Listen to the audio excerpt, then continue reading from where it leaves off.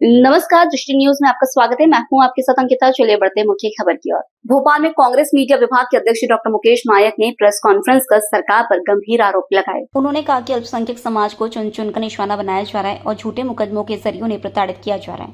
Doctor नायक ने बताया कि कांग्रेस सरकार के समय विधायक आरिफ मसूद के कॉलेज को नियम शिथिल कर चलने की अनुमति दी गई थी ताकि गरीब बच्चों की पढ़ाई बाधित न हो, लेकिन आज उसी कॉलेज की दस्तावेजों को गायब कर राजनीति की जा रही है। उन्होंने कहा कि दमोह का मिशन अस्पताल कोविड काल में सैकड़ों लोगों की जान बचाने के लिए जाना जाता है, लेकिन आज उस पर झूठे आरोप लगाए जा रहे हैं। वहीं मिड इंडिया संस्था को बंद कर अनाथ बच्चों को दूसरी जगह भेज दिया गया है।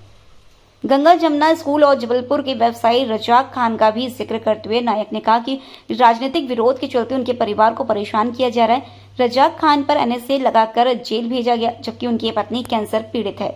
नायक का कहना है कि अल्पसंख्यकों पर झूठे मुकदमे डालकर उनका जीना मुश्किल कर दिया गया है। उन्होंने कहा कि 3 दशक से चल रहा आरिफ मसूद का कॉलेज सिर्फ इसलिए बंद करने की कोशिश हो रही है क्योंकि वह राजनीतिक विरोधी हैं। आज एक विशेष प्रकरण को लेकर मैंने आपको आमंत्रित किया है। मध्य प्रदेश में चुन चुनकर जो अल्पसंख्यक समुदाय के जो संस्थान हैं, चाहे वो एनजीओज हों, चाहे शैक्षणिक संस्थान हो, चाहे स्कूल हो, चाहे अस्पताल हो, चाहे कॉलेज हो, चाहे उनका व्यापार हो, चुन चुन कर उन्हें निशाना बनाया जा रहा है। मैं आपके समक्ष 4 उदाहरण देना चाहूँगा। आरिफ मसूद का जो प्रियदर्शनी महाविद्यालय जब शुरू हुआ था तो मैंने स्वयं ये आदेश दिए थे कि चल और अचल संपत्ति और सारे नियम शिथिल करते हुए इन्हें कॉलेज की अनुमति दी जाती है।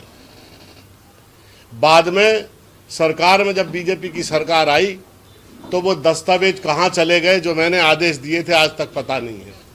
और उसके बाद इनसे कहा गया कि आप जो नियम है, जो दस्तावेज जमा करना पड़ते हैं चल और अचल संपत्ति के, जो एफडी, जो अचल संपत्ति प्रॉपर्टी के जो जमा करना पड़ते हैं वो जमा करिए। मैंने 25 कॉलेजों को, जिनके पास भवन नहीं था, जिनके पास ज़मीनें नहीं थी, जिनके पास एफडी के पैसे नहीं थे, लेकिन उनको मैंने सारे नियम शिथिल करते हुए महाविद्यालय दिए थे मध्य प्रदेश में। और उसका उद्देश्य ये था कि जिनके पास ज़मीन है, दुकान है, पैसे हैं, क्या वो भर बड़े आदमी बनेंगे? दूसरे लोगों का अधिकार नहीं है क्या आगे बढ़ने का? जो बुद्धिमान हैं, जो काम कर सकते हैं, या जो उत्साही हैं, नौजवान हैं। और मुझे खुशी है कि आरिफ मसूद जी ने जो शिक्षा का संस्थान खोला, 300 लोग आप पता कर लीजिए, वहाँ निःशुल्क शिक्षा ले रहे हैं। कोई फीस नहीं लेते, वो गरीब बच्चों को पढ़ाते हैं, शिक्षा देते हैं।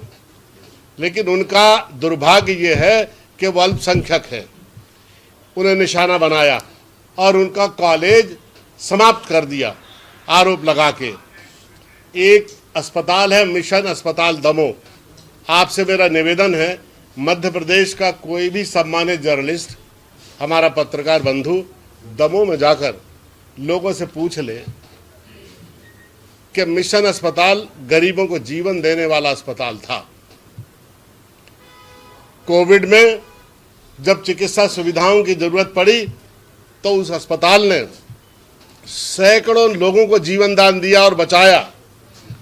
और आपको जानकर हैरानी होगी कि सबसे कम कैजुअलिटी मध्य प्रदेश में और उस मिशन अस्पताल में हुई, और निःशुल्क इलाज हुआ। लोगों से पैसे नहीं दिए, जो नहीं दे सकते थे पैसे उनसे नहीं लिए।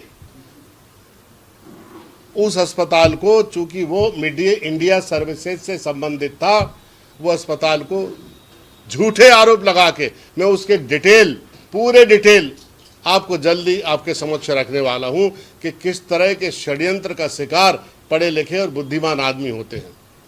मीडिया इंडिया सर्विसेज का एक अनाथालय था, मैंने स्वयं उसमें विजिट किया है।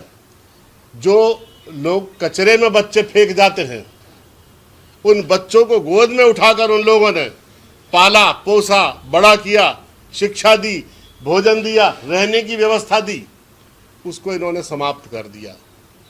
उस स्टेज पर समाप्त किया जब उन बच्चों को, वहां रहने वाले बच्चों को सबसे ज्यादा जरूरत थी आगे बढ़ने की। किसी को किसी अनाथालय में भेज दिया, किसी को किसी संस्था में भेज दिया, जहां 12-12, 15-15 साल से वो बच्चे रह रहे थे, वहां जिनके माता पिता नहीं थे, जिन्हें लोग कचरे में फेंक गए थे, जिनका कोई नहीं था, उनको फिर दूसरी संस्थाओं में भेजना पड़ा। तीसरा उदाहरण है गंगा जमुना संस्थान का दमोह का, एक बहुत ही निहायत शरीफ और पूरे शहर में चाहे हिंदू हो चाहे मुसलमान हो, सबके बीच में जनप्रिय, प्रतिष्ठा प्राप्त विशेष व्यक्ति जलील बड्डे के नाम से वो जाने जाते हैं दमोह में। उनके स्कूल को समाप्त कर दिया गया, मटिया मैट कर दिया गया, पूरे परिवार पर मुकदमे डाल दिए गए, उनके व्यापार को खत्म कर दिया गया। और इतना मेहनतकश परिवार जो किसी राजनीति में नहीं था, किसी लेन देन में नहीं था, अपने काम से काम रखने वाला परिवार था, उस परिवार की यश, कीर्ति और प्रतिष्ठा को, उसके धन को, उसके व्यापार को, उसकी सामाजिक वैल्यू को पूरा खत्म करके मटिया मैट कर दिया। एक और उदाहरण है जबलपुर के रज्जाक खान, उनका एक स्कूल है जबलपुर में और उनका माइनिंग का बड़ा व्यापार है, मार्बल का। उनकी उम्र 72 साल है।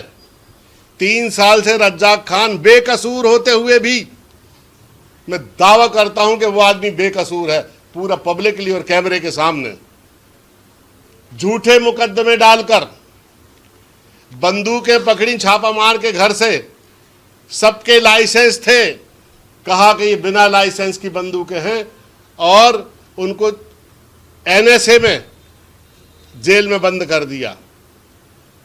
कोर्ट ने एनएसए खत्म की, 2 बार खत्म की, और जैसे ही जमानत होती है 2 दिन पहले उन्हें पता लग जाता है और मुकदमे, छोटे मोटे मुकदमे लादकर फिर से जेल भेज दिया जाता है।